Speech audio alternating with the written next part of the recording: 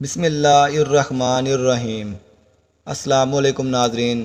خلیل الرحمن قمر صاحب لکھتے ہیں کہ میں جب چھوٹا تھا تو بڑا انا پرست تھا اور غربت کے باوجود کبھی بھی یوزڈ یا لنڈے کے کپڑے نہیں پہنتا تھا۔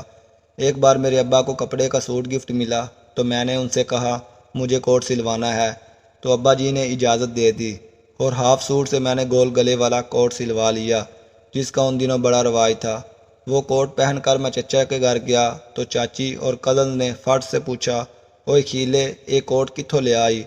میں نے کہا سلوایا ہے چاچی، لیکن وہ نہ مانے۔ میں نے قسمیں بھی کھائیں لیکن ان کو اعتبار نہ آیا۔ خالہ اور پھپھو کے گھر گیا تو وہاں بھی کچھ ایسا ہی ہوا۔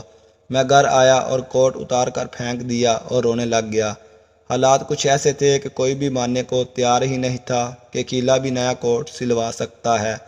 پڑھنے لکھنے اور جاب کے بعد جب میں ایک بینک کے بورڈ آف ڈائریکٹرز کا ممبر بنا تو بورڈ آف ڈائریکٹرز کی ایک میٹنگ میں اچھے سے ڈرائی کلین کیا ہوا لنڈے کا کوٹ پہن کر گیا تو میرے کولیگز کوٹ کو ہاتھ لگا کر پوچھنے لگے، خلیل صاحب بڑا پیارا کوٹ ہے، کیڑا برانڈ ہے تے کتھوں لیا جے؟ کلات تے سٹیچنگ بھی بڑی کمال ہے۔ میں نے بنا کوئی شرم محسوس کرتے ہوئے کہا بھائی جان لنڈے چو لے آئے، لیکن وہ نہ مانے۔ میں نے قسمیں بھی کھائیں پھر بھی ان کو اعتبار نہ آیا اور اب کی بار میں رونے کے بجائے ہنسنے لگ گیا تھا۔ سچ یہ ہے کہ معاشرہ بڑا منافق ہے، غریب کے سچ پر بھی اعتبار نہیں کرتا اور امیر کے جھوٹ پر بھی صداقت کی مہر لگا دیتا ہے۔